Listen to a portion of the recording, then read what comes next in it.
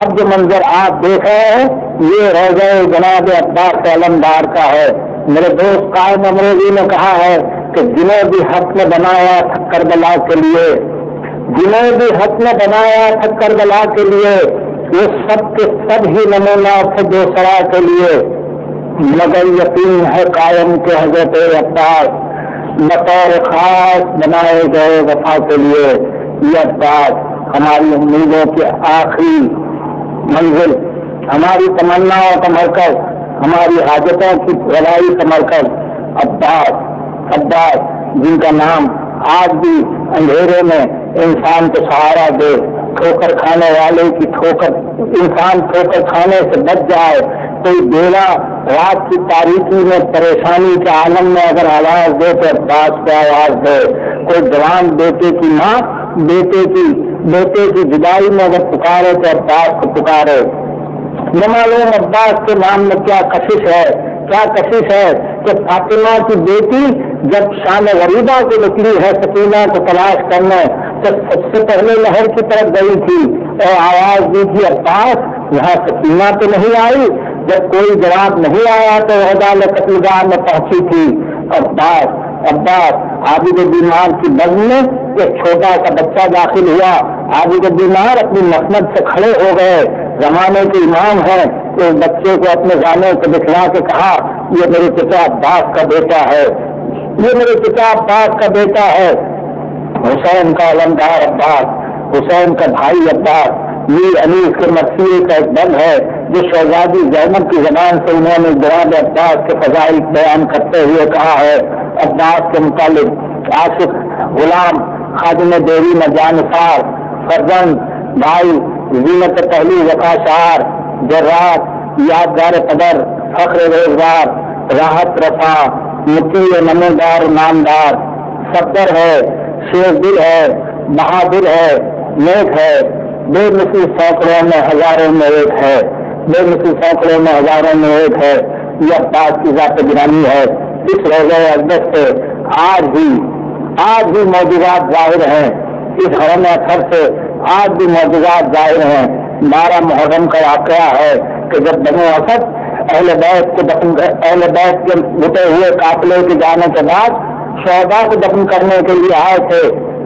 تو سب سے آخر میں نہر کے کنارے عابد بیمار نے اپنے پتا کی قبر کھدوائی تھی اور اس کے بعد ایک چٹائی منگوا کر عباس کے جسم کے ٹکڑوں کو جمع کیا اور اس کے بعد کہا اہل قریہ اب تم یہاں سے چلے جاؤ، میں اپنے پتا کو خود دفن کروں گا۔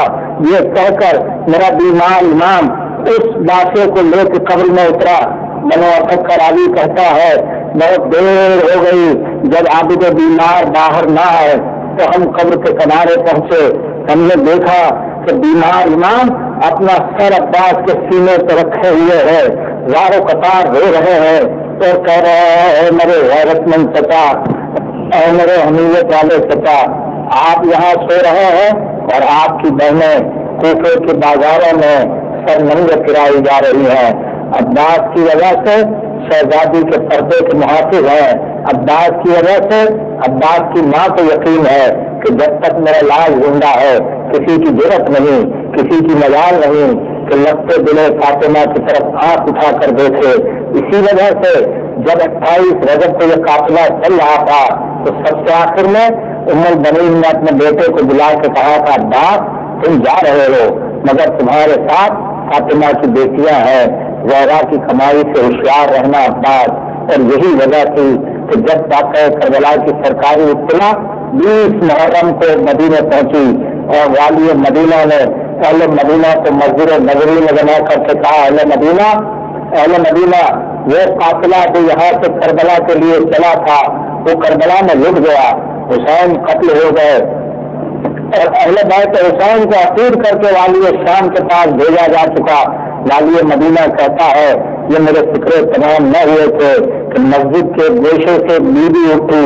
مجمع سے ہٹاتی ہوئی اس کے قریب پہنچی اور کہا والی مدینہ مجھے یہ بتلا دے کہ جب یہ واقعہ ہوا تو میرا عباس کہاں تھا، میرا عباس کہاں تھا؟ والی مدینہ نے کہا بیوی پہلے یہ روداد کربلا میں یہی لکھا ہے کہ پہلے عباس کے بازو قلم ہوئے، عباس کے بھائی مارے گئے، اس کے بعد حسین شہید ہوئے تو وہ بیوی وہاں سے سیدھی جنت البقیع پہنچی. زہرا کی قبر پہ جا کے کہا شہزادی میرے بچے نے حق غلامی ادا کر دیا. بیوی اگر میرے بچے کے بازو نہ کرتے تو تیری زینب کی چادر نہ چھنتی. یہ عباس ہیں، یہ عباس ہیں جو آل محمد کی کہتے ہوئے پائے جاتے ہیں. امام وقت یہ کہتا ہوا پایا جاتا ہے کہ کتنے احسانات ہیں عباس کے ہم پر. اور امام معصوم کہتے ہیں کہ میرے چچا کے پروردگار عالم نے جناب جعفر طیار کی طرح دو پر عطا کیے ہیں جس سے وہ جنت میں پرواز کرتے ہیں. اور علماء یہ کہتے ہیں کہ چونکہ عباس نے اپنے جذبات کو امامت کی اطاعت میں فنا کر دیا، اپنے احساسات کو حسین کے حکم کے سامنے ختم کر دیا، اسی لیے پروردگار عالم نے اس ذات گرامی میں یہ برکت دی ہے کہ حسین عباس کے نام سے مانگی ہوئی دعائیں بارگاہ الہی میں مستجاب ہوتی ہے، بارگاہ الہی میں مستجاب ہوتی ہے. یہی بات تھی کہ جب حسین نے وقت آخر اپنے ساتھیوں کو یاد کیا ہے اور یہ تراتا کیا ہے امام الناصر ینصرنا، کوئی ہے میری نصرت کرنے والا، کوئی ہے میرا مددگار. اور ایک مرتبہ مقتل کا رخ کر کے فاطمہ کے لال نے آواز دی تھی یا طالب فتح یا فرسان الحیدہ مالی نادی تم فلا تزیدونی. اے میرے شہ سوارو، اے میرے شیرو، کیا دیکھ رہے ہو کہ تمہیں کیا ہو گیا کہ حسین آواز دے رہا ہے اور تم جواب نہیں دیتے.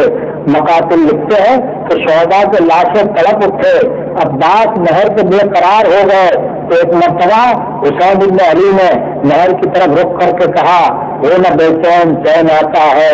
عباس تو گھڑی میں حسین آتا ہے. حسین نے جب جنگ کی ہے تو حسین کی زبان پر یہی فکرہ تھا اے فوج کوفہ شام اس کی جنگ دیکھو جس کا 32 برس کا بھائی اس دنیا سے چلا گیا ہو. یہ عباس کا مقام ہے اور یہی وہ روزہ ہے جہاں پر ہماری امیدیں، ہماری حاجتیں اور ہماری مشکلات حل ہوتی ہیں.